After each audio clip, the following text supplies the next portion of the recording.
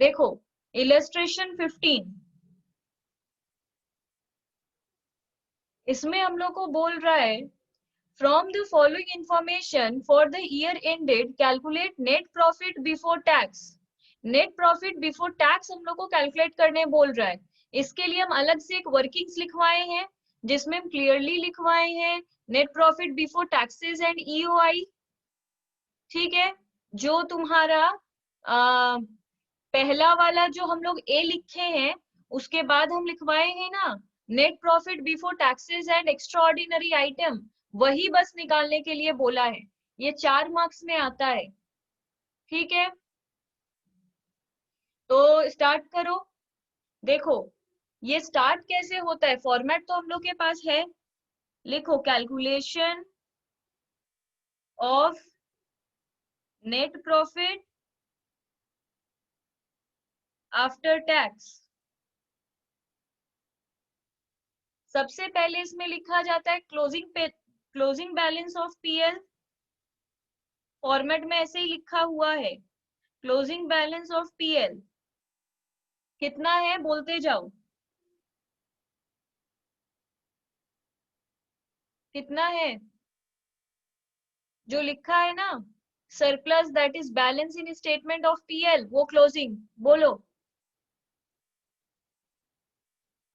5,40,000। हाँ 5,40,000। उसके बाद इससे क्या करेंगे, less opening balance of PL. हाँ ये पार्टिसिपेट करो वरना कैश फ्लो नहीं सीख पाओगे। हाँ क्लोजिंग बैलेंस ऑफ पीएल कितना है, 2 लाख। देखो 2 लाख नेगेटिव दिया है और यहाँ पर भी लेस है। अगर यहाँ पर भी लेस है और फिगर भी नेगेटिव है तो ये ऐड हो जाएगा, क्योंकि माइनस माइनस प्लस होता है। ये भी माइनस है, बुक में फिगर भी माइनस दिया है तो ऐड हो जाएगा, याद रहे। क्योंकि ये कैसे है बेसिकली 5,40,000 माइनस तो हो रहा है, माइनस तो करेंगे, पर ये भी माइनस है, तो 5,40,000 प्लस 2 लाख हो गया उस लॉजिक से। ठीक है, इसके बाद यहाँ क्या रहता है, ऐड क्या रहता है, ट्रांसफर ऑफ जनरल रिजर्व। हाँ जनरल रिजर्व इसमें नहीं है। ठीक है, पर देखो एक रिजर्व है, transfer to workman compensation reserve. कोई भी ट्रांसफर रिजर्व दिया हो, नाम चाहे जो भी हो, ट्रांसफर और रिजर्व ये दोनों वर्ड होगा तो ले लेंगे। Transfer to workman compensation reserve, वहां जनरल रिजर्व हम लिखवाए हैं क्योंकि 99% सब में जनरल रिजर्व ही रहता है, पर अगर नहीं है कोई भी रिजर्व है ले लेना। तो कितना है, 1,50,000। हाँ उसके बाद हम क्या लिखवाए हैं, add provision for tax made. हाँ तो सब में है ही, लिख लो provision for tax made. Exam में कोई शॉर्ट फॉर्म यूज मत करना, मार्क्स डिडक्ट होता जाएगा। अमाउंट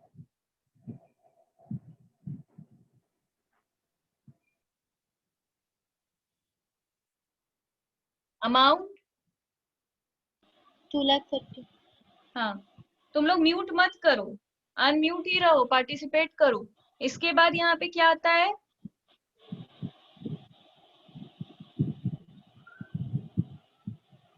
और क्या आता है यहाँ पे, propose dividend made. Propose dividend made. Made. तो इसका देखो एक रूल है, हम एकदम पेज के लास्ट में जहाँ रूल लिखवाए हैं वहां लिखवाए हैं ओपनिंग पेड क्लोजिंग मेड। हम एक रूल लिखवाते हैं, लिखा हुआ है तुम लोग के कॉपी में, ओपनिंग पेड क्लोजिंग मेड। मतलब ओपनिंग वाला फिगर पेड होता है, क्लोजिंग वाला फिगर मेड होता है।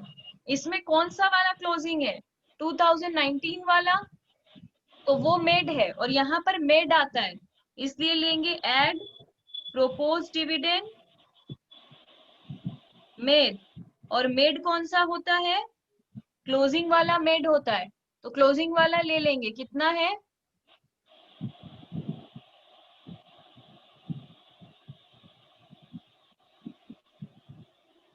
कितना है, 2,10,000। नहीं नहीं, वो ओपनिंग है, वो 2018 का दिया हुआ है, 2018 ओपनिंग अच्छा, है, तीन 2019 तीन लाख 15, 3 लाख तीन लाख 15। 15,000। ठीक है, हो गया। Interim dividend. हाँ, इंटरिम डिविडेंड सब में नहीं है तो छोड़ दो, इसको ऐड करो, कितना आ रहा है? देखो, में हम लोग को बोल रहा है calculate net profit before tax, इसमें भी हम लोग को सेम चीज बोल रहा है, हम लोग को आता है, करना शुरू करो। लिखो, calculation of net profit after tax. इसमें सबसे पहला आइटम क्या होता है? Closing balance of year. लिखो, देखो, इसमें हम लोगों का रिजर्व्स एंड सरप्लस में, जिसमें देखो नंबर लिखा रहता है 1, उसका नीचे जाके पढ़ना 1 में क्या है, फिर 2 में है रिजर्व्स एंड सरप्लस, तो 2 में जाके नीचे देखो नोट्स टू अकाउंट्स में सरप्लस बोलकर दिया हुआ है, तो ओपनिंग है 2019 और क्लोजिंग है 2020, तो क्लोजिंग कितना है? 1,70,000। 1,70,000। सरप्लस में जो 2020 में दिया है वो सारा क्लोजिंग बैलेंस है, 2019 वाला ओपनिंग बैलेंस है। इससे क्या करेंगे? Less opening balance of PL.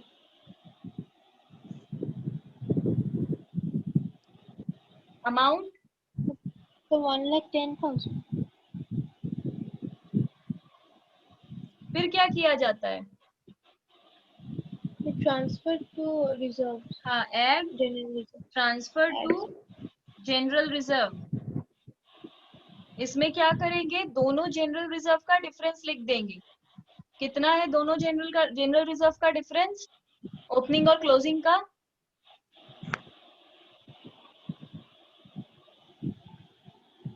65.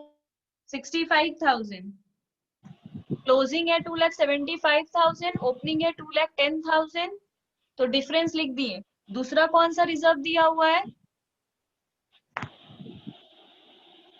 Workman compensation reserve. उसका भी लिखेंगे, add transfer to workman compensation reserve. कितना है डिफरेंस? 50,000. 50,000। उसके बाद और क्या आता है? Provision for tax made. हाँ, add provision for tax made. अब मेड कौन सा होता है, क्लोजिंग वाला, तो क्लोजिंग वाला प्रोविजन फॉर टैक्स कितना है? 1,50,000. ठीक है, उसके बाद प्रपोज डिविडेंड आता है, वो इस सब में है ही नहीं, तो बस हो गया, इसको ऐड कर लो, एडलेस कर लो। अब हम लोग को 17 में बोला है, from the following information calculate operating profit before working capital changes. मेरे फॉर्मेट में जाके देखो, कैश फ्लो स्टेटमेंट का जो ए लिखा हुआ है, ए में देखो हम क्लियरली लिखवाए हैं ऑपरेटिंग प्रॉफिट, पहला जो सारा अमन का ब्लू वाला खत्म हुआ था, तो वो जो पहला ब्लैक से लिखा है operating profit before working capital changes, वो दिखाई दिया? वो दिखाई दिया? हाँ मैम. वही हम लोग को निकालना है, operating profit before working capital changes, तो उसके ऊपर जितना कुछ है सब लिखेंगे तब होगा, तो वही अब हम लोग कर रहे हैं। पर ये निकालने के लिए net profit before taxes and EOI तो निकालना ही पड़ेगा, क्योंकि वही उसका पहला आइटम है। तो चलो स्टार्ट करो। इसमें हम लोग को क्या दिया है? इसमें हम लोग को सबसे नेट प्रॉफिट बिफोर टैक्स निकाल कर दे दिया है, तो ये हम लोग से नहीं निकलवा रहा है। हेडिंग लिखो, calculation of operating profit before working capital changes.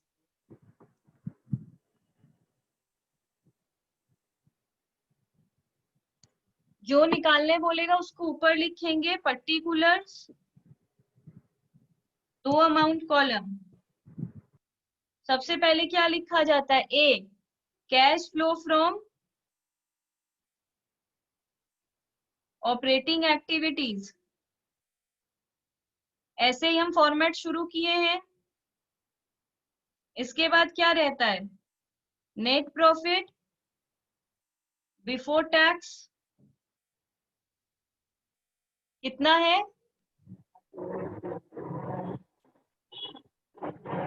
3,72,500। हाँ, तो आउटर कॉलम में लिख दो 3,72,500। इसके बाद क्या लिखा है?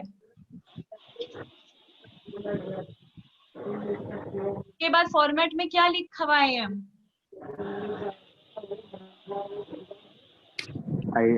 Adjustment item, adjustments for.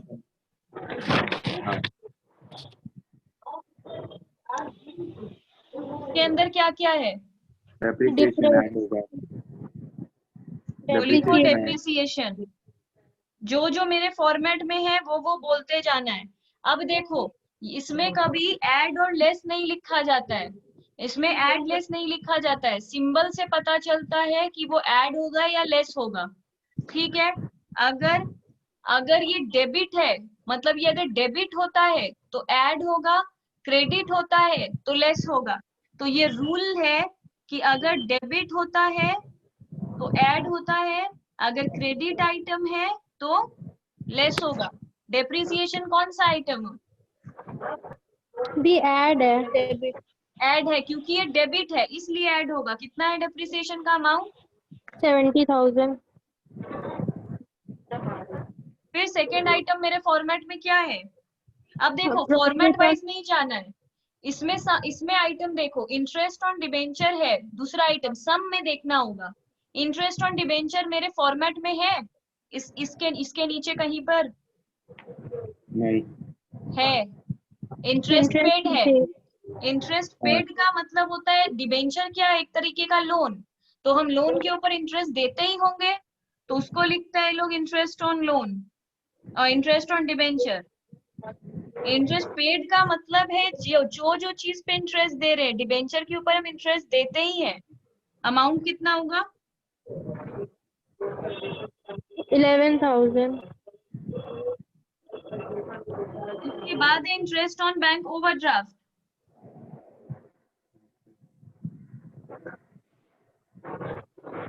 Interest on bank overdraft आएगा या नहीं? दी इसमें तो नहीं है आएगा फॉर्मेट। ये आएगा। क्यों आएगा आएगा? बैंक ओवरड्राफ्ट का रिसीव मतलब है बैंक से हम ज्यादा पैसा निकाल लिए हैं, तो ऑब्वियसली बैंक उसके लिए मेरे से इंटरेस्ट लेगा। तो हम फिर इंटरेस्ट दे रहे हैं, तो जब जब इंटरेस्ट देंगे वो वाला सारा इंटरेस्ट आएगा। तो बैंक ओवरड्राफ्ट पे जो भी इंटरेस्ट पेड का मतलब है जो जो चीज पे हम इंटरेस्ट दे रहे हैं सबका आएगा। अमाउंट 3,000। शेयर के बाद और क्या है? Issue expense return of. हाँ, हम लिखवाए हैं ना, कोई भी फिक्टिशियस एसेट आएगा। हम लिखवाए हैं क्या क्या होता है फिक्टिशियस एसेट? लिखवाए नहीं हैं। नहीं नहीं नहीं तो जाके मेरा रूल वाले पेज में कहीं पर लिख लो फिक्टिशियस एसेट डैश देकर, और वहां जगह नहीं है तो कहीं पर भी लिख लो। एक पेज पूरा नोट के लिए बना लो, उसमें सिर्फ सारा नोट कलेक्ट करना जो एग्जाम के पहले देख कर जाना। एक पेज में हेडिंग दे दो नोट, और उसमें सारा इंपॉर्टेंट बात नोट डाउन करो। उसमें लिखो फिक्टिशियस एसेट, कितना फिक्टिशियस एसेट है, क्या क्या है, बोलो तो। एक एक करके बोलो। एक किसी को भी आता है? किसी को भी आता है? ना ठीक है, तो लिखते जाओ। शेयर इशू एक्सपेंस, ये सारा फिक्टिशियस एसेट का लिस्ट है।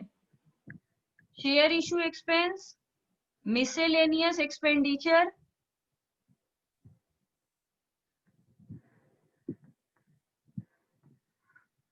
Miscellaneous expenditure, under writing commission, under writing commission,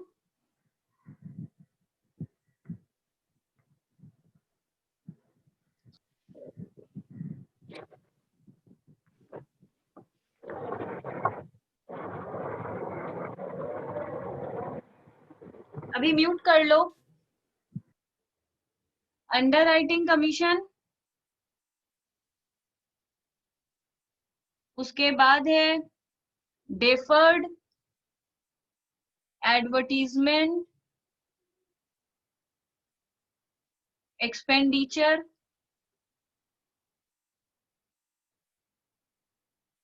comma देके सस्पेंस अकाउंट,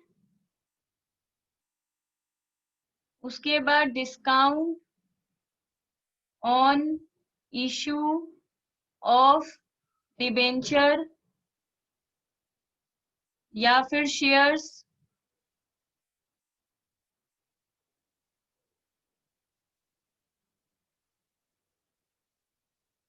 ठीक है। बस इसके बाद पीएल डेबिट, जो पीएल डेबिट में रहता है मतलब नेगेटिव रहता है वो फिक्टिशियस एसेट हो जाता है, ठीक है। इतना इतना भी मेरे को याद है, इसके अलावा भी बहुत सारा होता है, कुछ आया तो हम लिखवा देंगे। तो शेयर इशू एक फिक्टिशियस एसेट है, ये तुम लोग पूरा पेज एक नोट के लिए रख लो, अलग अलग पेज में नोट लिखेंगे तो गड़बड़ हो जाएगा, ठीक है। तो अब बोलते जाओ और क्या क्या आएगा फिर। वहां लिखे है ना फिक्टिशियस एसेट्स रिटर्न ऑफ आएगा, तो फिर यहाँ पे share issue expense return of आएगा।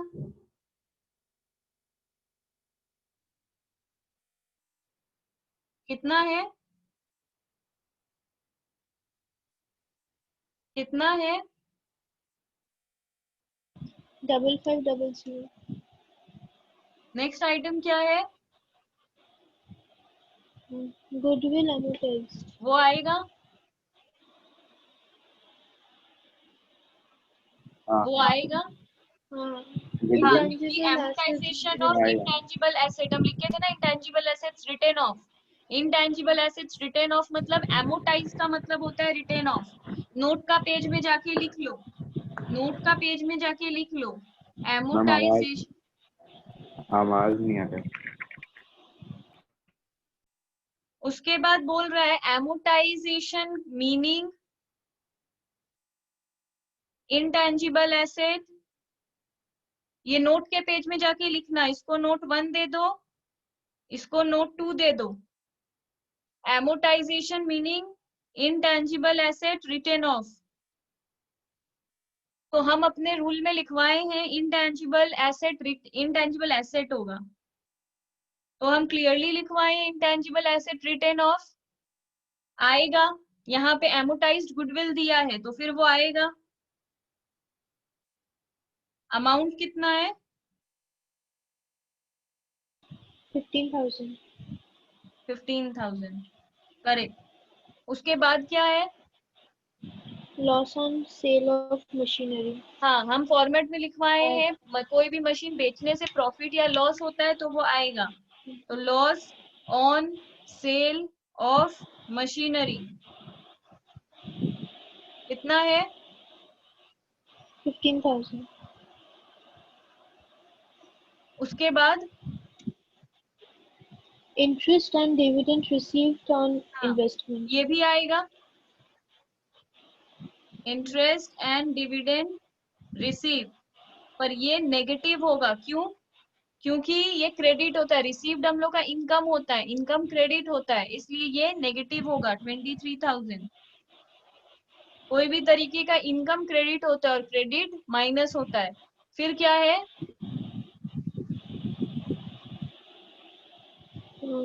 Profit on sale of investment. हाँ, अमाउंट 10,000। पॉजिटिव या नेगेटिव? नेगेटिव में होगा। हाँ, इन सबको ऐड लेस करो, ये भी है 70,000, 11,000, 3,000,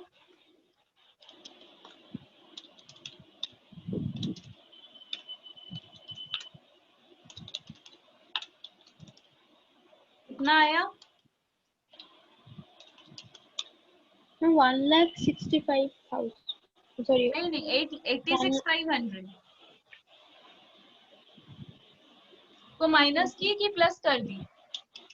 मैम 10,000 को मैंने ये कर दिया, ऐड कर दिया था उसमें। अच्छा, अब ये जो फिगर है उसमें ये पॉजिटिव है तो प्लस होगा, तो ये और ये प्लस कर दो।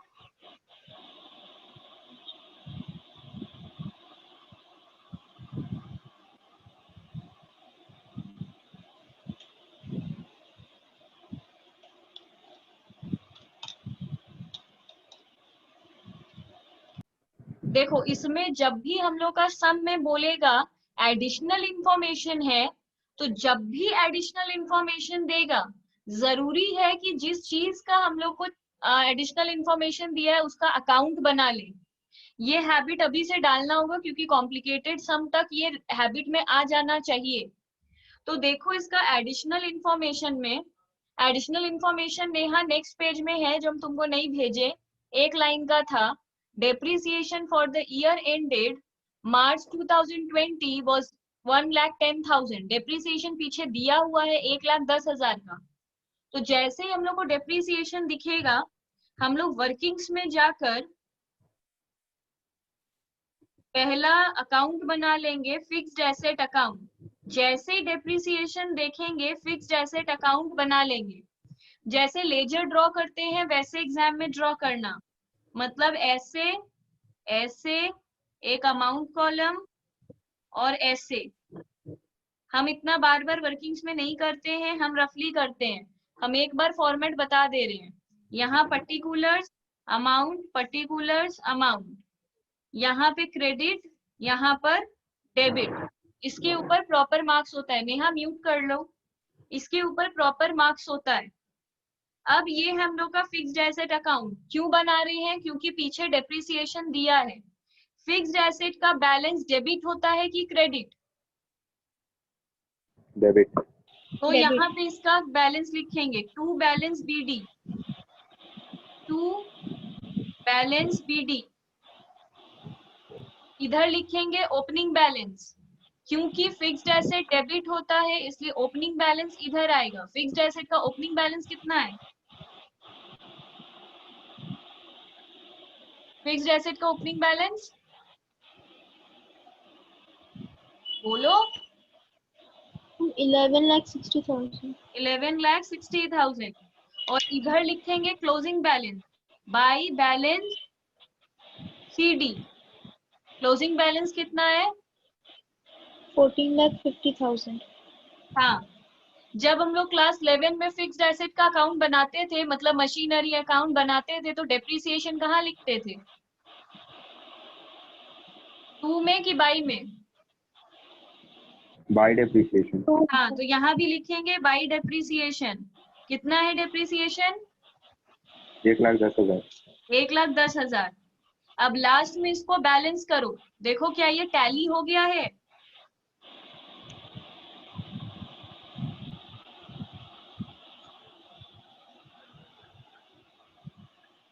हाँ। इधर आ रहा है 15,60,000 और इधर है 11,60,000, तो कितने का डिफरेंस है? 4 लाख का।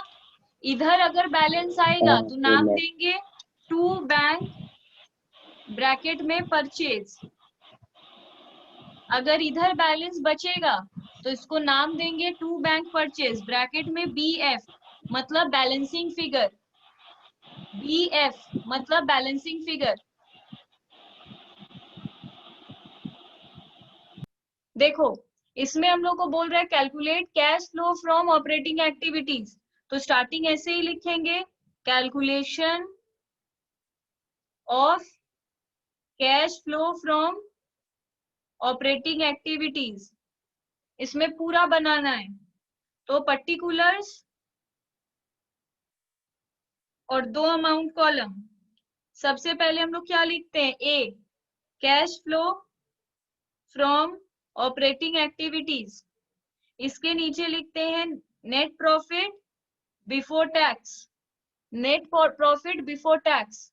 ये देखो इस सम में क्या दिया हुआ है, ये तो निकालना पड़ता है जाके वर्किंग्स में, तो वर्किंग्स में जाकर लिखो नेट प्रॉफिट बिफोर टैक्स। इसका पहले लिखते हैं हम लोग closing balance of PL less opening balance of PL. Closing balance of PL कितना है बोलो।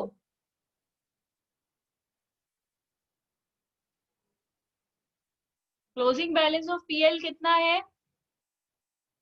1,60,000 1,80,000 और ओपनिंग बैलेंस कितना है? 50 50,000 तो कितना आ जाएगा? 1,30,000 1,30,000। तो इधर हम लोग क्या बैठा सकते हैं? 1,30,000। इसके बाद क्या आता है? Adjustments for.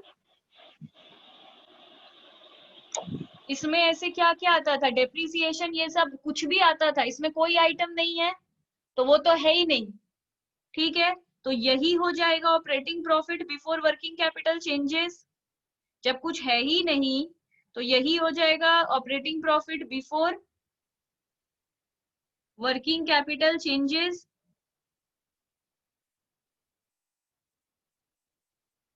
उसके बाद देखो मेरे फॉर्मेट में, देखो दूसरा एडजस्टमेंट में हम क्या लिखे हैं? सारा करंट एसेट आएगा, सारा करंट लायबिलिटी आएगा, पर कैश, बैंक और बैंक ओवरड्राफ्ट नहीं आएगा।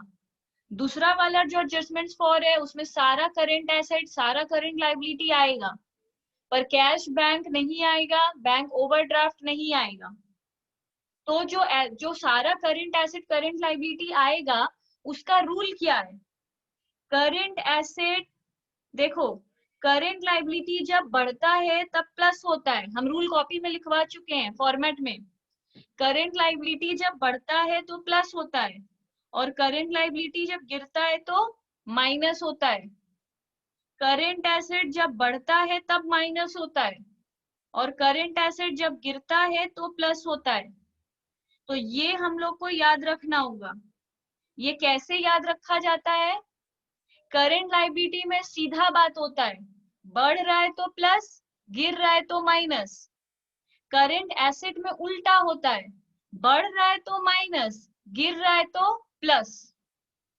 ठीक है, ये रूल माइंड में सेट करना होगा। अब सम देखो, ट्रेड रिसीवेबल्स के अंदर दिया है डेटर्स। डेटर्स बढ़ रहा है कि गिर रहा है?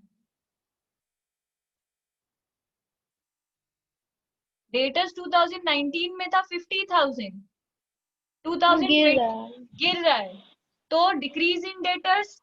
तो लिखो यहाँ पे डिक्रीज इन डेटर्स। डेटर्स गिरता है तो प्लस होता है कि माइनस? डेटर्स गिरता है तो प्लस होता है। प्लस होता है। कितने से गिर रहा है? डिफरेंस 10,000, यहाँ लिखेंगे 10,000। क्लियर है ये बात सबको? तो दूसरा बोलो, बिल्स रिसीवेबल।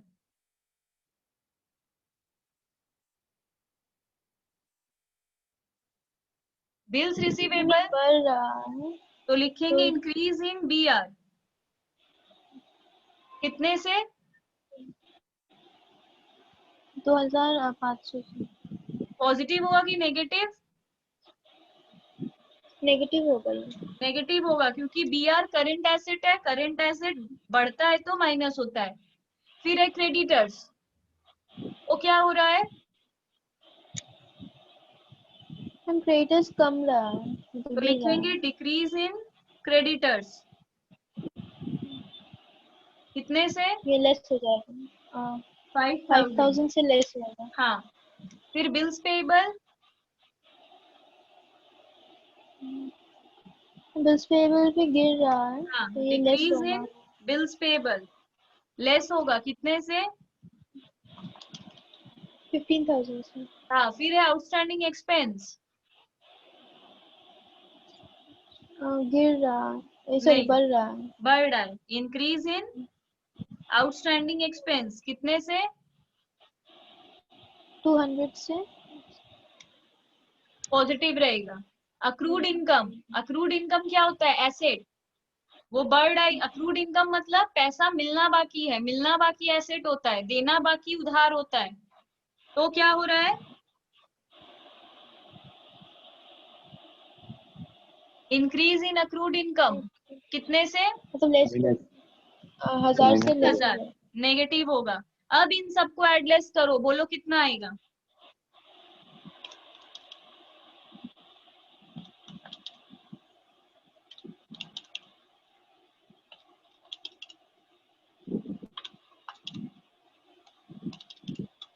हम्म,